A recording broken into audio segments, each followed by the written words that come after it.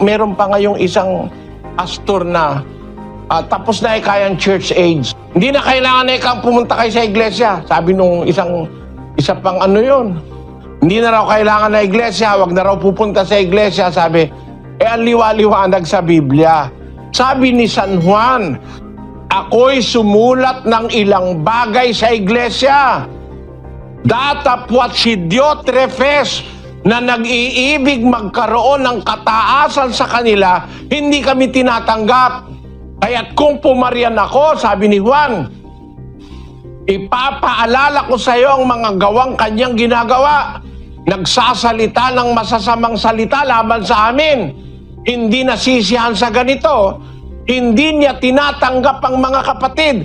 At silang ibig tumanggap, pinagbabawalan niya at pinalalaya sila sa iglesia. Yan yung kaaway ng mga apostol.